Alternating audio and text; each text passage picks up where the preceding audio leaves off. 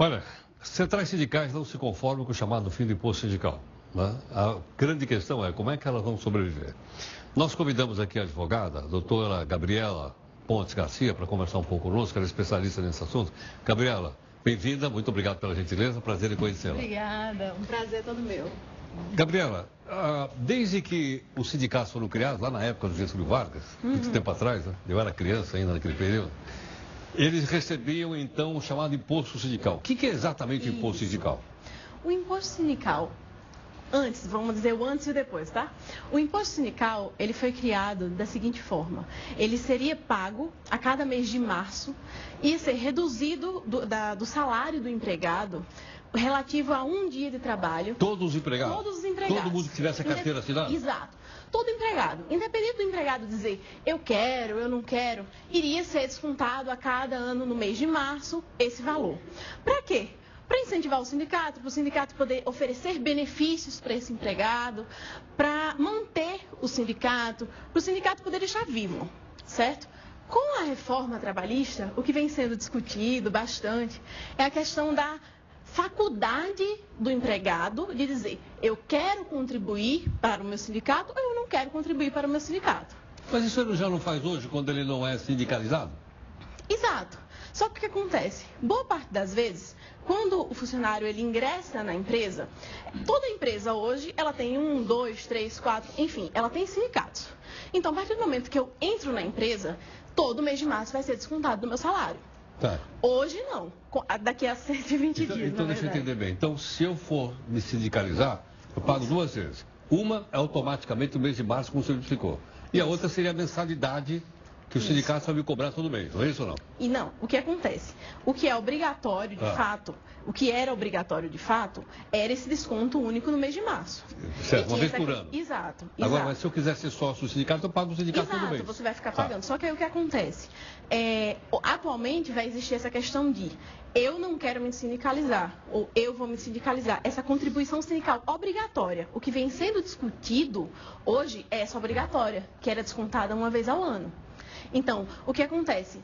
Por que há esse murmurinho todo? Porque, de fato, os sindicatos eles dependem dessa contribuição para poder sobreviver. De um lado, os empresários dizem, mas existem muitos sindicatos e etc. Do outro lado, tem empregado que diz, eu não queria que fosse descontado do meu salário, eu não quero que seja descontado. Apesar de ser um dia de trabalho meu, eu não quero que seja descontado. Então, com a reforma trabalhista, vai existir essa faculdade. Entendo. Agora, deixa eu perguntar o seguinte. Então, como é que o sindicato vai atrair o pessoal para fazer parte dele?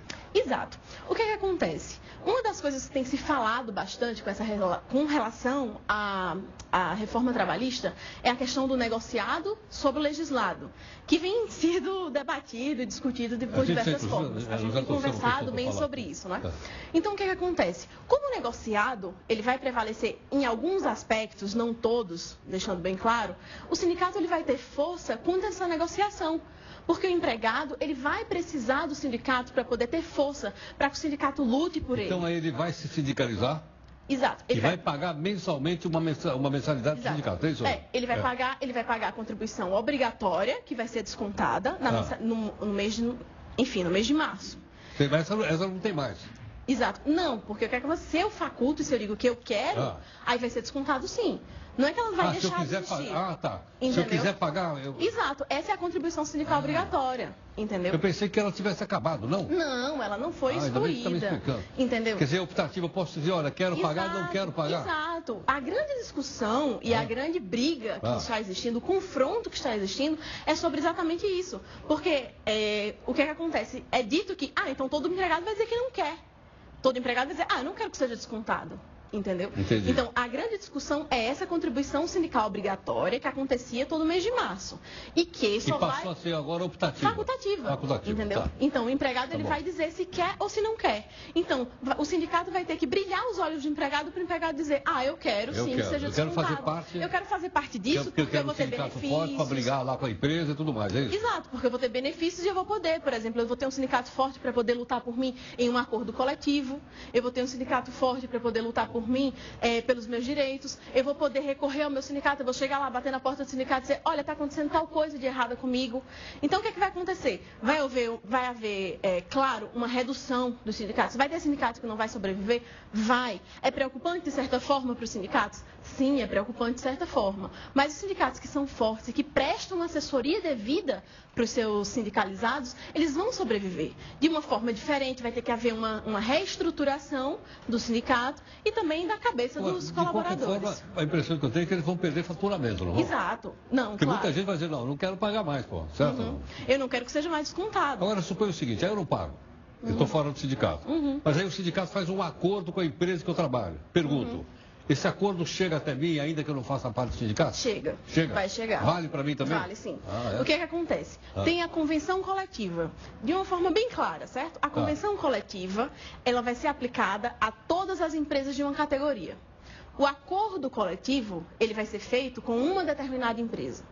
Então, o que vai acontecer? A convenção coletiva, ela é aplicada independentemente, ela vai ser aplicada a todas as empresas da categoria. O acordo coletivo, ele é válido para a empresa. Mas eu, empregado, eu vou querer sim que o meu sindicato, que ele lute por mim nessa hora de fazer esse acordo. Até porque está existindo essa tão forte negociada sobre o legislado. Então, o que é que eu vou querer? Eu quero meu sindicato forte, eu quero meu sindicato ativo. Eu vou querer ter um sindicato que lute por mim exatamente nessa negociação, para poder... Então, essa gritaria que os sindicatos estão fazendo não tem razão de ser? De certa forma, vai existir tirou por conta o pessoal do faturamento. daquilo que era cômodo, não é isso? Exato, o que é que vai existir? Entendo, compreendo. Como advogada, como processualista, enfim, eu entendo que existe sim uma reclamação plausível dos sindicatos, porque de fato vai reduzir, mas ao mesmo tempo vai sair de certa forma de uma zona de conforto. Porque os bons sindicatos, eles hoje lutam, eles hoje trabalham pelos seus sindicalizados. Eu já vi alguns sindicatos de determinadas categorias que eles lutam, que eles prestam serviço de assistência médica. Porque o que é que vai acontecer? Tem empresas que prestam, tem plano de saúde, que o empregado vai ter o plano, mas às vezes o sindicato ele tem um odontologista, ele vai ter outro serviço médico, ele vai ter um clube para os funcionários, que são sindicalizados. Então, esses benefícios, sim, vão atrair o pessoal. Exato, vão atrair o pessoal. Vai haver o quê? Uma reestruturação e uma reformulação. Óbvia, que vai tirar realmente da zona de conforto. Mas não que vá prejudicar diretamente a ponto de todos os sindicatos do Brasil quebrarem, ou o funcionário não tem mais um sindicato que lute por ele. Não vai ser bem isso. Essa reforma trabalhista foi boa, não foi boa? Atualizou, não atualizou? Qual é a sua avaliação? Pois bem, na minha avaliação, a CLT, ela de fato estava bem caduca, numa palavra bem popular. E o que acontece? Ela precisava de reformas. Por exemplo, o teletrabalho, ele não era previsto, porque naquela época não existia. Algumas coisas precisavam ser alinhadas. O que acontece é que foram modificados mais de 100 artigos da CLT. Alguns, claro, os empregados estão achando ruim. Alguns outros, os empregados estão achando bom. Outros, as empresas estão vibrando. Nossa, que bom, não vamos ter mais horas in itinere, por exemplo, que é aquela hora do percurso, se a empresa fornece o transporte. A empresa está feliz, porque já não vai ser mais condenada em horas extras quanto a essa questão. Outros, por exemplo, os empregados estão questionando, articulando, por exemplo, a questão das férias. Eu perdi os meus direitos às férias. Sabe o que eu acredito, na verdade? É que é necessário um maior esclarecimento da população. Sim, ainda não está... Pô, você acabou de dar um esclarecimento aqui. Exato, porque o que acontece? As férias, um exemplo bem clássico que está todo mundo querendo saber. Eu vou perder minhas férias? Não, você não vai perder suas férias. O que vai acontecer é que você vai poder partir as suas férias em 3 vezes. Você vai poder tirar 3 férias no ano, contanto que uma seja no mínimo de 14 dias. Agora, isso só vai acontecer se a empresa lhe disser, olha, você tem essa possibilidade. E eu, empregada, Gabriela, disser, eu quero. Quando eu não quiser, isso não vai Continua acontecer. Como hoje. Exato, mas tem muito funcionário que vai querer descansar. Gabriela, obrigado pela gentileza. Muito obrigada, tá? Muito obrigado. Até logo, tchau. Obrigado. Bom, aí está então a participação da doutora Gabriela Pontes Garcia, conversando conosco, né? E acho que ela lembrou uma coisa que realmente... Nós temos nos esforçado aqui, mas precisa ser feito mais. Ser melhor explicado, né? Melhor divulgado, para as pessoas formarem opinião. Formar opinião não quer dizer amém. Formar opinião quer dizer o seguinte, eu quero ver os 2 lados e formar minha própria opinião, ok?